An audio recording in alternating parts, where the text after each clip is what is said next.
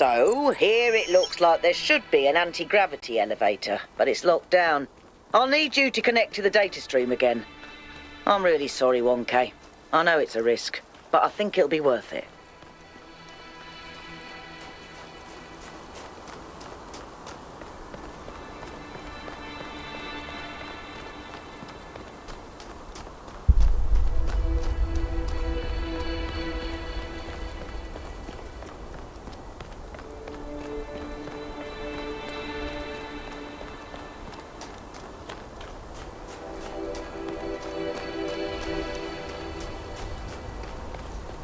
There are entirely too many strange things going on around here.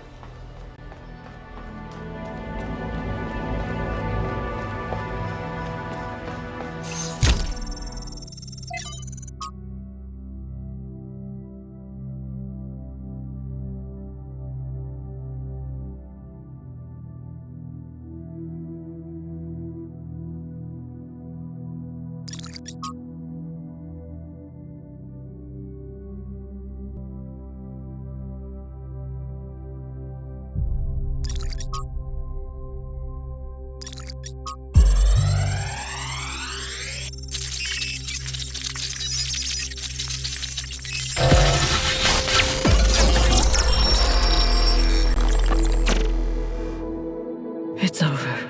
We failed. Everything we thought we were doing. It's all ashes now. I don't think you really believe that.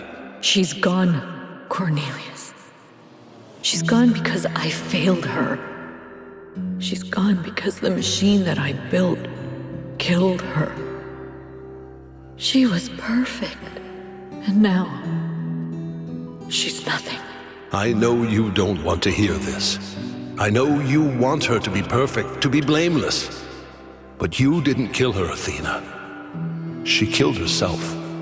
She killed herself because she was reckless, because she was naive, and frankly, because she was a little arrogant, too. She was reckless because I filled her head with dreams. Dreams of the future, of a better world. A world that nobody wants. No, it's not the dreams that killed her. It's that we brought her here. It's that we tried to build all this outside the city. We raised her without people, without society. The wilderness is for prophets, Athena, not for children. We should have stayed, fought for our ideas. It's too late now. It's too late.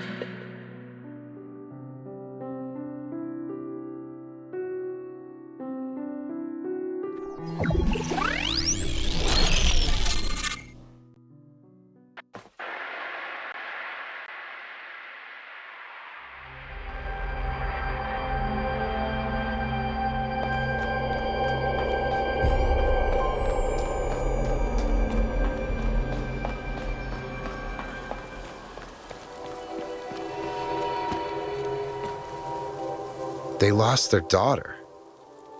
Right here in this ruin, Cornelius and Athena lost their daughter. Miranda's dead. So even the founder doesn't have perfect control over this technology. Even the founder makes mistakes. Byron was right in a way. We turned the founder into something she never was. She was never perfect. She was never infallible. No one is. Listen, I understand why you and Byron see so much hope in this technology. You want us to be better, to grow. But what if it all goes wrong? If even the founder couldn't get it right, what hope do we have?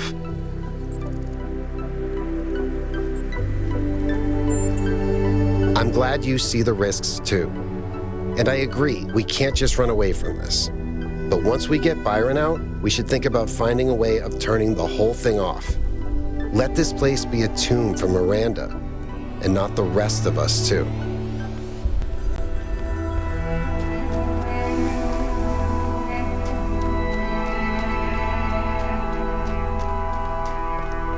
Thanks for your help, 1K.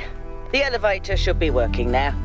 And Yakut, I'm sorry about Miranda. I know you're looking forward to meeting her.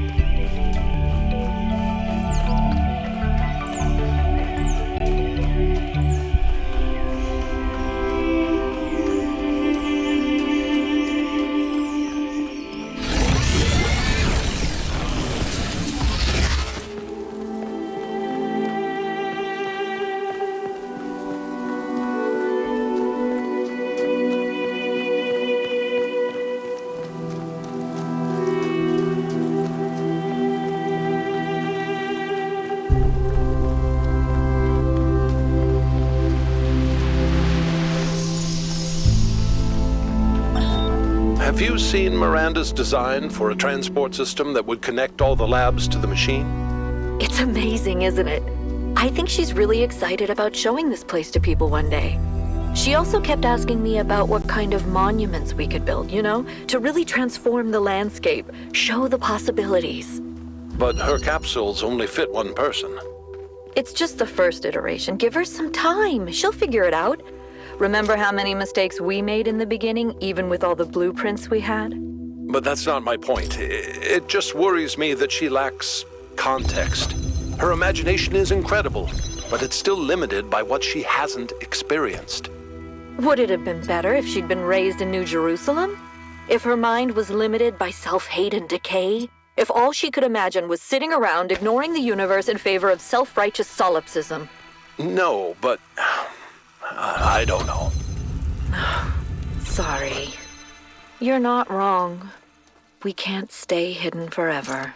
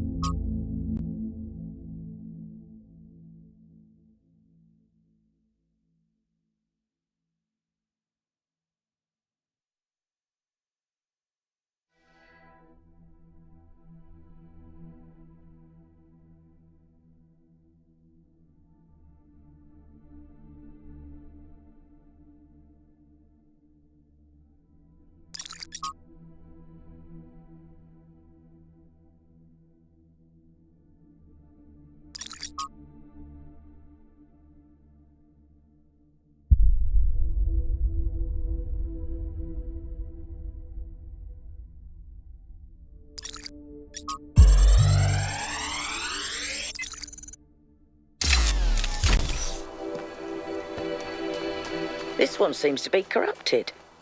It's almost like something tried to delete it as you were downloading it. Pandora, maybe.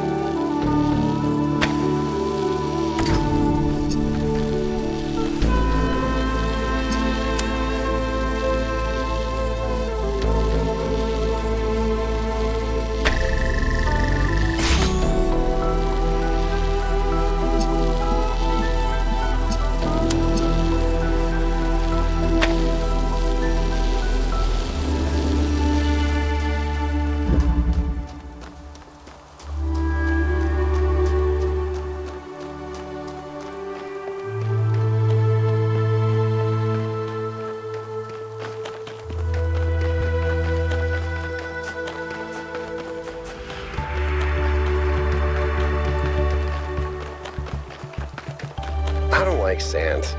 It's coarse, and rough, and irritating, and it gets in my ball bearings.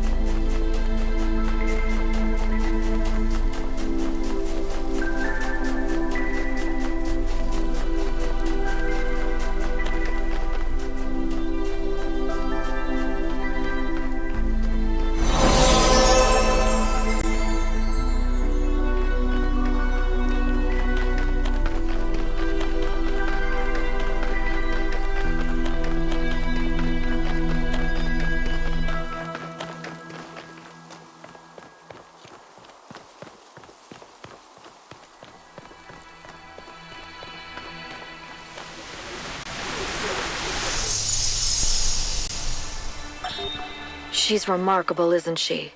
She sees so much beauty in everything. She is, you're right. But I'm not sure she doesn't see too much beauty. Is it wrong to be delighted by the perfection of the universe? To look at what surrounds us and experience awe instead of just fear? No, but to call it perfection implies a kind of moral value that it doesn't have. The universe is cold, Athena. It doesn't care about us or about life or civilization. It fundamentally cannot care. But Miranda seems to think it's almost benevolent, purposeful. You're right. But have you considered that maybe she sees something we can't see? A step ahead? You know, Cornelius, if we succeed, the next generation will not be like us. They might see the world in ways we never could have imagined. Maybe she's the first sign of that. I hope so. I really do, Athena.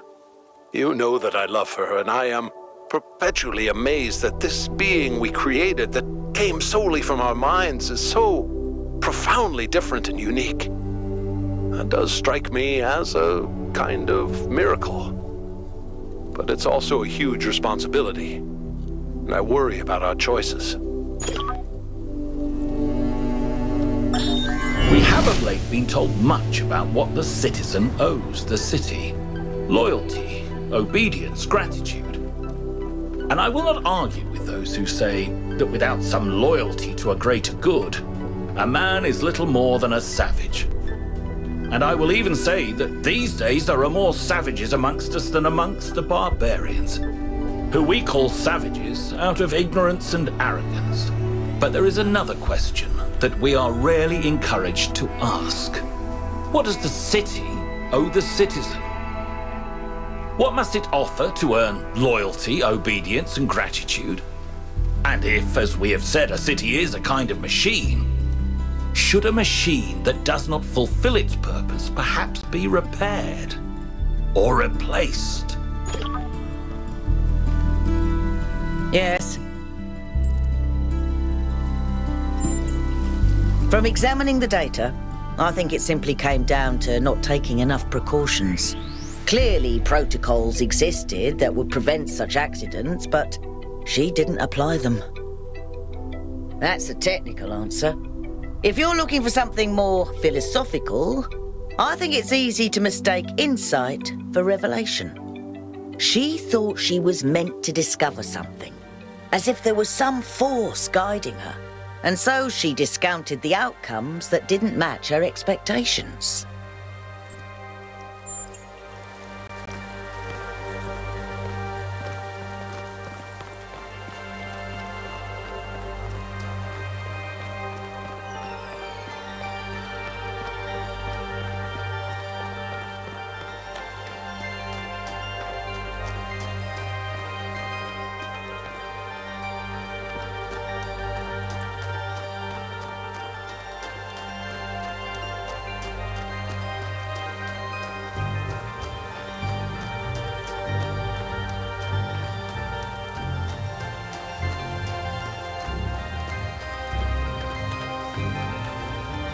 "1K, what's up?"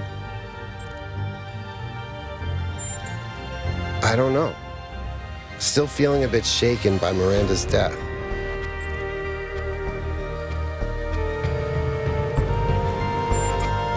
"That's probably wise, yeah."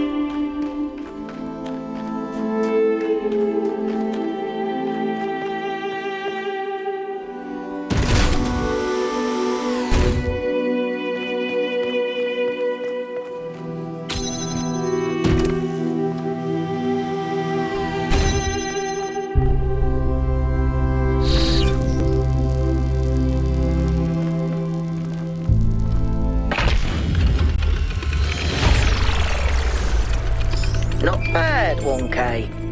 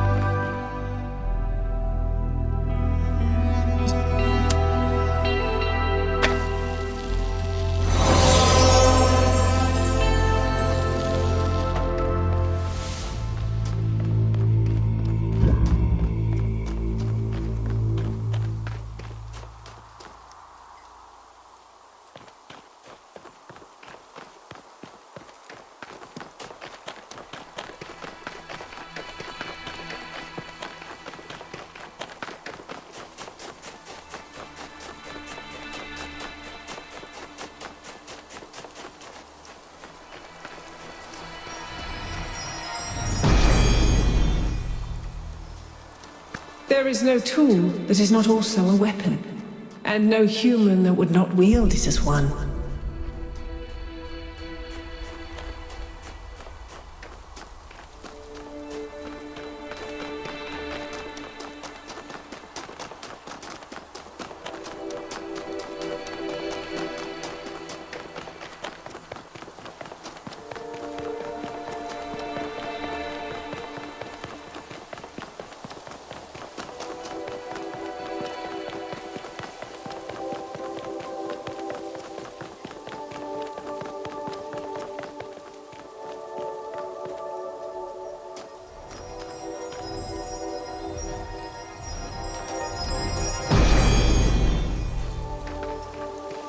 If the answers of philosophy are true, why has no philosopher changed the world?